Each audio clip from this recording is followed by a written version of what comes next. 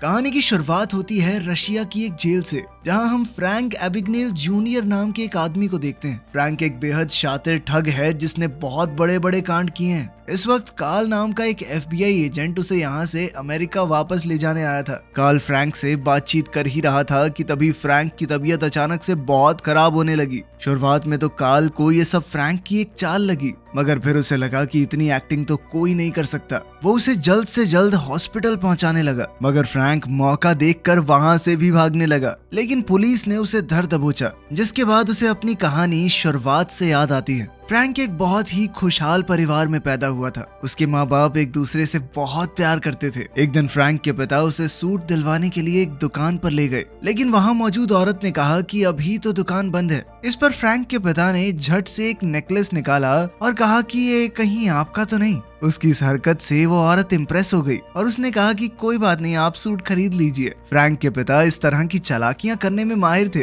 फिर उन्होंने फ्रैंक को ड्राइवर बन के गाड़ी चलाने को कहा और जल्द ही बैंक पहुंच गए। थोड़ी देर में बैंक का मैनेजर उन्हें रिसीव करने आया। दरअसल फ्रैंक के पिता को बिजनेस में बहुत बड़ा लॉस हुआ था, इसीलिए उन्हें बैंक से लोन की जरूरत थी। किसी और अकाउंटेंट की वजह से वो अपना टैक्स भरने में लेट हो गए, जिसके बाद उन्हें बहुत ज्यादा नुकसान उठाना पड़ा। लेकिन ये सब बताने के बावजूद भी कोई बैंक उनकी मदद करने को तैयार नहीं था। फ्रैंक के पिता की कार, प्रॉपर्टी, पैसे सब कुछ गवर्नमेंट ने जब्त कर लिया, मगर इस तंगी के बावजूद भी उन्होंने फ्रैंक का एक बैंक अकाउंट खुलवाया। फ्रैंक ने उनसे पूछा कि आप ऐसा क्यों कर रहे हैं, आप तो खुद कर्जे में हैं। इस पर उसके पिता ने कहा कि मेरी चिंता मत करो, तुम्हारी पूरी जिंदगी अभी आगे पड़ी है, तुम्हें अच्छे से जीनी है। उनकी जिंदगी में अचानक से तंगी आ गई थी, तो फ्रैंक को अपना स्कूल भी बदलना पड़ा। मगर स्कूल के पहले दिन ही इस नए स्कूल में एक लड़का फ्रैंक को परेशान करने लगा। वो उसका मजाक उड़ाते हुए कह के चला गया कि टीचर लग रहा है तू, अपनी उम्र के हिसाब से कपड़े पहना कर, समझा। फ्रैंक को उसकी इस हरकत से बहुत गुस्सा आया और वो सच में टीचर होने की एक्टिंग करने लगा। वो क्लास में पहुंचा और वहाँ पढ़ा रही असली टीचर से कहने लगा कि आप यहाँ क्या कर रही हैं, ये मेरी क्लास है, अभी मैं पढ़ाऊंगा, बाद में आना। बेचारी टीचर बहुत परेशान होकर वहाँ से चली गई। इसके बाद फ्रैंक ने उस लड़के को सबके सामने जलील किया। पूरे एक हफ्ते बाद जाकर स्कूल को पता चला कि इस तरह एक स्टूडेंट क्लास को पढ़ा रहा है, वो भी तब जब वो पूरी क्लास को ट्रिप पर ले जाने वाला था। जिसके बाद फ्रैंक के माँ बाप को उसके स्कूल में बुलाया गया। उसके पिता प्रिंसिपल के सामने तो पूरे सीरियस रहे, लेकिन बाद में फ्रैंक के साथ इस बात पर बहुत हंसे।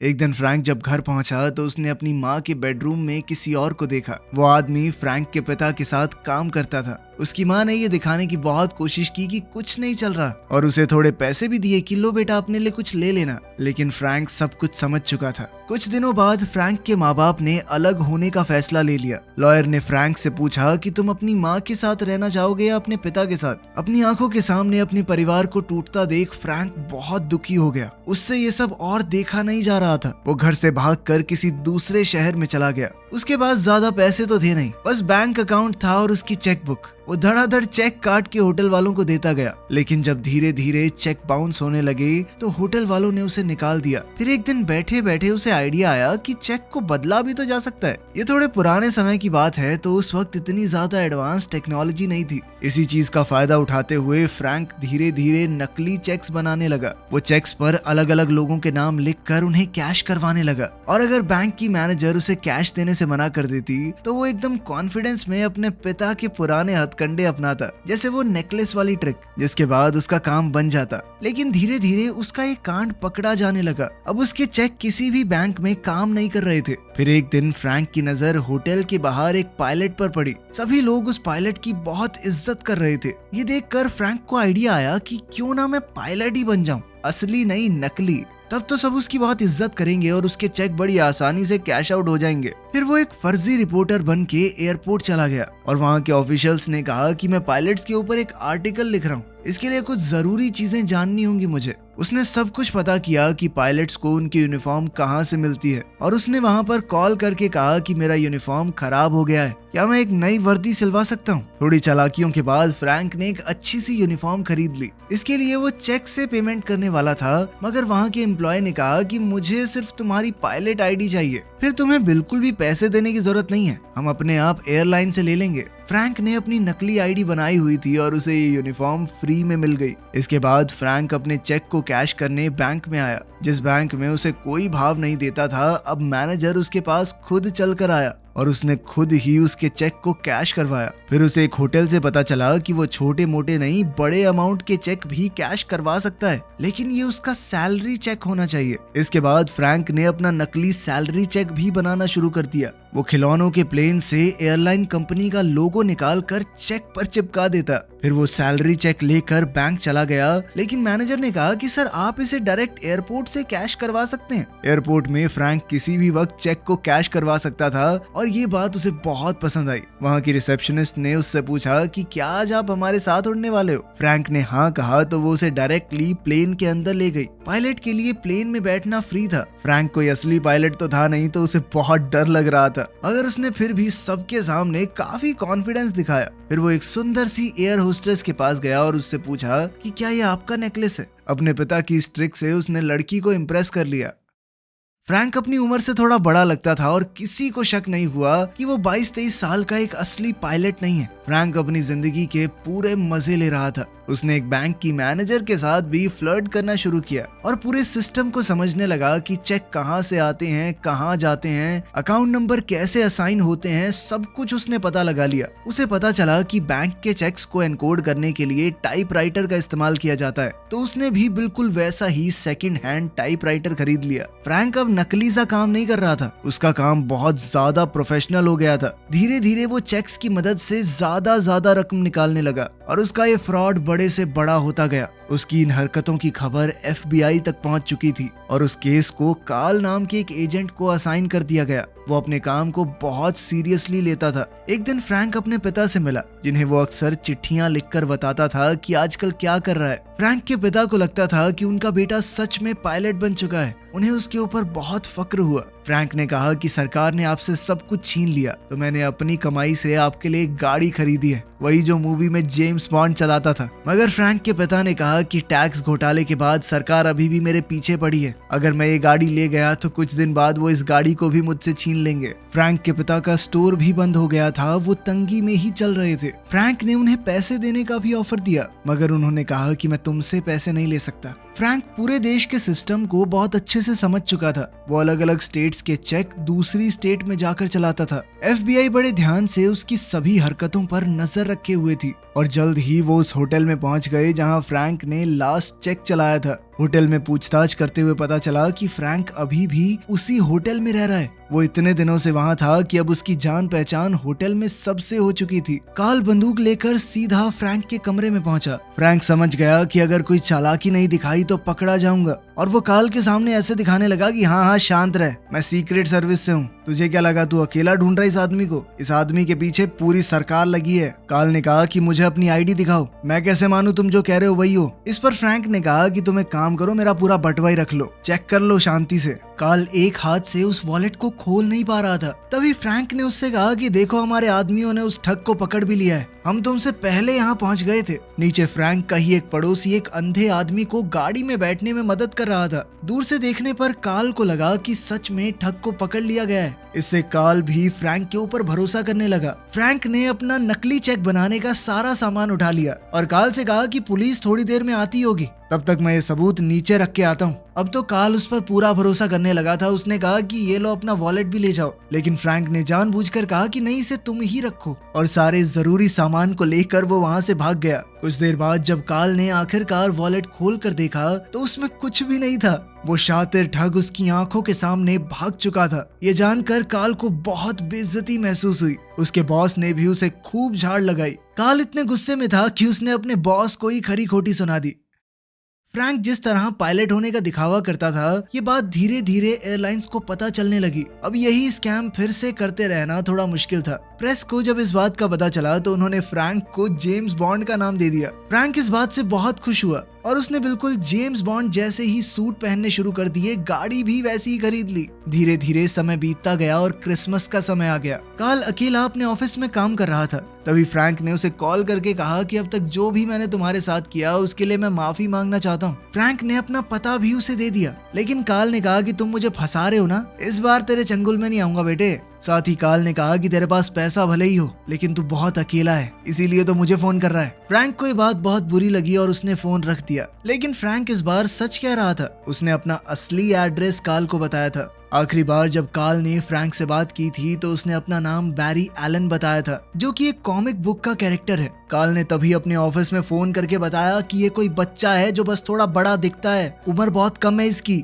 इसी वजह से हम उसे ढूंढ नहीं पा रहे। इस पर कार्ल ने कहा कि ऐसे बच्चों की लिस्ट निकालो जो घर से भाग गए हो, किसी ने तो रिपोर्ट लिखवाई होगी। और इसी तरह वो काफी छानबीन के बाद आखिरकार फ्रैंक के घर पहुंच ही गया, जहां फ्रैंक की माँ उसे मिली। जब फ्रैंक की माँ को फोटो दिखाई गई तो उन्होंने कंफर्म किया कि हाँ, यही मेरा बेटा है। कार्ल ने फ्रैंक की माँ से कहा कि एक नंबर का ठग है, जैसे ही कुछ पता चले तो पुलिस को बताना, ठीक है। इस पर फ्रैंक की माँ ने कहा, अरे वो बच्चा है, उसने खाने पीने के लिए थोड़े बहुत पैसे ले लिए होंगे। उसने अपना बटुआ उठाते हुए कहा कि मैं भर देती हूँ, कितने पैसे देने हैं। इस पर कार्ल ने कहा 1.4 मिलियन डॉलर्स, यानी लगभग 12 करोड़ रुपए। ये सुनते ही तो फ्रैंक की माँ बहुत चक्की रह गई। खैर, उधर फ्रैंक दूसरे शहर में जाकर एक बहुत अच्छी जिंदगी जी रहा था। उसे हॉस्पिटल में कुछ काम था तो वो वहाँ चला गया। वहाँ एक नर्स जिसका नाम ब्रेंडा था वो रो रही थी। उसे किसी डॉक्टर ने काम के लिए डांट दिया था। फ्रैंक ने उसे सहारा देते हुए कहा कि चिंता मत करो, तुम कमाल हो, वो डॉक्टर पागल है साला। इसी दौरान फ्रैंक के दिमाग में एक आइडिया आया।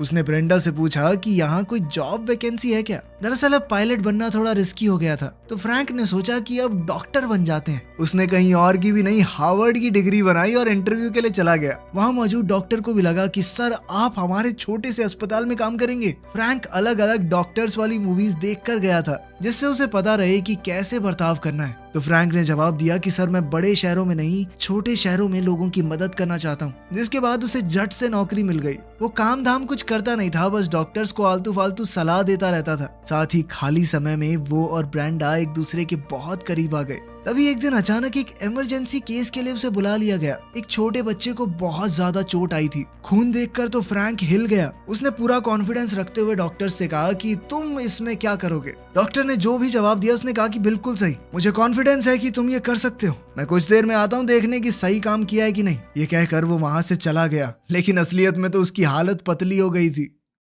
दूसरी तरफ कार्ल फ्रैंक के पिता से मिलने गया और उसने फ्रैंक के पिता को उसके सारे कारनामे बता दिए। इस पर फ्रैंक के पिता ने कहा कि मैं नहीं जानता वो कहाँ है, और अगर पता भी होता तो भी तुम्हें नहीं बताता। कार्ल को समझ आ गया कि बाप बेटा बहुत करीब हैं, जरूर इसे चिट्ठियां तो भेजता ही होगा। उसने वहां पड़ी हुई चिट्ठियों में से हिसाब लगा लिया कि आखिर फ्रैंक कहाँ रहता होगा। अब वो पुलिस को लेकर जल्द ही वहां जाने वाला था। उधर फ्रैंक और ब्रेंडा अब एक दूसरे को चाहने लगे थे। एक दिन ब्रेंडा अचानक से रोने लगी। उसने फ्रैंक को बताया कि मेरा एक बार अबॉर्शन हो चुका है, जिसके बाद मेरे पिता ने मुझे घर से निकाल दिया था। इस पर फ्रैंक ने कुछ सोचते हुए कहा कि देखो, अगर मैं तुम्हारे पिता से शादी की बात करूं तो क्या वो तुम्हें अपना लेंगे। ब्रेंडा को ये बात बहुत अच्छी लगी। फिर फ्रैंक ब्रेंडा के पिता से मिलने चला गया। ब्रेंडा के पिता एक लॉयर थे, तो फ्रैंक ने भी कह दिया कि मैं भी पहले लॉयर ही था, उसके बाद ही डॉक्टर बना। वो वकालत के ऊपर भी फिल्में देख के आया था, तो उसने अपनी बातों से सबको इम्प्रेस कर दिया। ब्रेंडा के पिता ने पूछा कि देखो, सच सच बताना, आखिर तुम्हारे जैसे आदमी ने मेरी बेटी में क्या देखा। इस पर फ्रैंक ने कहा कि मैं सिर्फ एक मामूली सा आदमी हूँ जो आपकी बेटी से प्यार करता है। जिसके बाद ब्रेंडा के पिता तो बहुत ज्यादा इम्प्रेस हो गए। फ्रैंक ने ब्रेंडा के पिता से पूछा कि अगर मैं यहाँ पर लॉ प्रैक्टिस करना चाहूँ तो मुझे क्या करना होगा। इस पर उन्होंने कहा कि तुमने लॉ स्कूल तो किया ही हुआ है, तो बस तुम्हें एक एग्जाम देना होगा, जिसके बाद तुम यहाँ पर प्रैक्टिस कर सकते हो। जिसके बाद फ्रैंक ने असलियत में पढ़कर एग्जाम दिया और लॉयर बन गया। इसके बाद कहानी फिर से प्रेजेंट में आई, जहाँ कार्ल ने फ्रैंक को अरेस्ट कर लिया था। कार्ल ने पूछा कि तुमने उस एग्जाम को पास कैसे किया। तो फ्रैंक ने कहा कि इस बात से क्या फर्क पड़ता है, लेके तो तुम मुझे जेल में ही जाएगा ना, कोर्ट में तो नहीं। कहानी फिर पीछे गई, जहां हम फ्रैंक को ब्रेंडा की फैमिली के साथ अच्छी तरह घुलते मिलते हुए देखते हैं। वो ब्रेंडा से शादी करने ही वाला था। उसने अपने पिता से मिलने की इच्छा जाहिर की और साथ ही उन्हें बताया कि गवर्नमेंट ने हमसे जो कुछ भी छीना था वो सब हम वापस हासिल करके रहेंगे, और फिर आप माँ को भी मना लेना और हम सब पहले की तरह एक साथ रहेंगे। उसके पिता ने बताया कि तुम्हारी माँ ने किसी और से शादी कर ली है। ये सुनकर फ्रैंक को बहुत बुरा लगा। उसके पिता ने ये भी कहा कि मुझे तुम्हारे कारनामों के बारे में पता चल चुका है। ये सुनते ही फ्रैंक को बहुत बड़ा धक्का लगा और वो वहाँ से चला गया। रात को फ्रैंक ने कार्ल को कॉल करके बताया कि मैं शादी करने वाला हूँ, हमारे बीच में जो कुछ भी हुआ मैं भूल जाना चाहता हूँ। अब फ्रैंक चाहता था कि उसके ऊपर जितने भी चार्जेस लगे हैं सारे ड्रॉप कर दिए जाएं, जिस पर कार्ल ने कहा कि मैं तुम्हें कभी भी नहीं छोड़ूंगा, जब तक मेरी नौकरी है तब तक तेरा पीछा करता रहूंगा। ये सब करने के बाद तुम बच नहीं सकते। इसके बाद कार्ल ने एक आइडिया लगाया। उसे पता था कि शादी के बाद फ्रैंक अपना नाम चेंज नहीं कर सकता। डॉक्टर बनने पर उसका जो नाम था उस नाम को कार्ल ने हर जगह सर्च करने का ऑर्डर दिया। उसने हिसाब लगाया कि कहीं ना कहीं शादी का इनविटेशन भी तो छपा होगा, तो उसने इन सब चीजों पर भी निगरानी रखनी शुरू की। फ्रैंक की शादी हुई और सारे एजेंट्स वहां पहुंच गए। फ्रैंक ये देखते ही ब्रेंडा को लेकर अपने कमरे में आ गया। फ्रैंक ने ब्रेंडा को सब कुछ सच बताया कि वो आज तक लोगों को बेवकूफ बनाता आया है, लेकिन ब्रेंडा से वो सच्चा प्यार करता है। उसने कहा कि मैं यहाँ से अभी तो भाग रहा हूँ, तो मुझे एयरपोर्ट पर आकर मिलना, और तुम कहाँ जा रही हो इस बारे में किसी को कुछ मत बताना। अगले दिन एयरपोर्ट पर फ्रैंक ने ब्रेंडा का इंतजार किया। ब्रेंडा वहां आ तो गई, पर वो अकेली नहीं थी, उसके साथ एजेंट्स भी थे। फ्रैंक का अब वहां से निकलना बहुत ज्यादा मुश्किल हो गया था। तभी उसने एक आइडिया लगाया। वो एक कॉलेज में गया और कहा कि हमारी एयरलाइन बहुत सारी एयर होस्टेसेस को काम पर रख रही है। बहुत सारे इंटरव्यूज लेकर उसने सुंदर लड़कियों को सिलेक्ट कर लिया और उन लड़कियों को अपने आसपास रखकर वो पायलट की यूनिफॉर्म पहन के एयरपोर्ट में घुस गया। सभी पुलिस वाले उन सुंदर लड़कियों की खूबसूरती देखकर खो गए और फ्रैंक आसानी से वहां से निकल गया। इस सब के दौरान ही फ्रैंक जैसा दिखने वाला एक लड़का कार लेकर एयरपोर्ट के बाहर खड़ा हो गया। सारे FBI एजेंट उसे पकड़ने के लिए भागे। पकड़े जाने पर लड़के ने कहा कि एक बंदे ने मुझे पैसे दिए थे यहाँ खड़े होने के। फ्रैंक बड़ी ही चालाकी से देश से बाहर निकल गया। इसके बाद उसने बहुत सारे अलग अलग देशों में बड़े बड़े फ्रॉड किए। फ्रैंक की जो आखिरी जगह पता चली थी वहाँ वो चेक बना रहा था। कार्ल ने अपने सीनियर्स से कहा कि मुझे वहाँ जाने दीजिए, मैं उसे पकड़ कर ले आऊंगा, लेकिन उसके सीनियर्स ने उसकी बात नहीं मानी। हमारे देश में तो पकड़ नहीं पाए, दूसरे देश में पकड़ोगे। फिर कार्ल ने फ्रैंक के बारे में और इन्फॉर्मेशन निकाली और उसे पता चला कि अब तो फ्रैंक अपने चेक्स को प्रिंट करवा रहा है। कार्ल इतना तो जानता था कि फ्रैंक रशिया में है, लेकिन रशिया छोटा देश तो है नहीं, रशिया में कहाँ पर। उसे याद आया कि फ्रैंक की माँ रशिया के एक छोटे से गांव से थी और थोड़ी रिसर्च करने पर पता चला कि वहाँ एक प्रिंटिंग प्रेस भी है।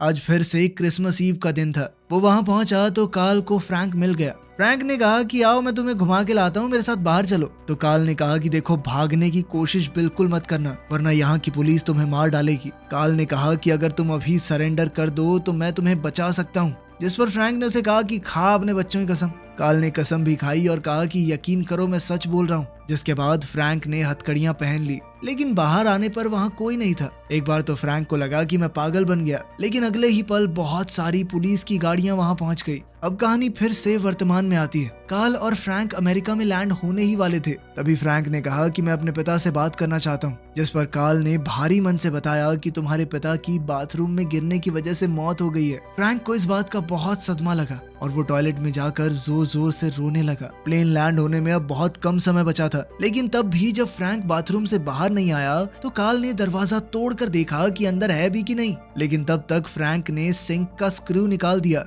और वो जहाज के अंदरूनी हिस्से में घुस चुका था। जैसे ही जहाज के पहिए खुले, फ्रैंक मौका देखते ही वहां से भाग गया और वो उसी रात अपनी माँ से मिलने गया। उसने देखा कि उसकी माँ ने अपना नया परिवार बहुत अच्छे से बसा लिया था और उनकी एक छोटी बच्ची भी थी। उधर कार्ल जानता था कि फ्रैंक अपनी माँ के पास जरूर जाएगा और उसने वहां पहुंचकर फ्रैंक को अरेस्ट कर लिया। फ्रैंक की उम्र 19 साल से कम थी। कार्ल चाहता था कि उसे एक माइनर की तरह ट्रीट किया जाए, लेकिन सरकार इतना बड़ा घोटाला करने के लिए उसे बड़ी से बड़ी सजा देना चाहती थी। वो 10 साल के लिए अकेला जेल में सड़ने वाला था, किसी से बात भी नहीं कर पाएगा। फिर एक दिन कार्ल उससे मिलने के लिए आया। जिस तरीके से फ्रैंक फ्रॉड कर रहा था वैसे ही कोई और भी कर रहा है। फ्रैंक ने कहा कि मुझे उसका चेक दिखाओ। चेक देखते ही फ्रैंक समझ गया कि ये देखो, ये गड़बड़ है इसमें। और कार्ल ये समझ गया कि इस तरह के क्राइम को रोकने में सिर्फ फ्रैंक ही उसकी मदद कर सकता है। अगली बार वहां आते हुए कार्ल अपने साथ कुछ FBI एजेंट्स भी लाया था। उन्हें भी फ्रैंक का केस सॉल्व करने का तरीका काफी पसंद आया।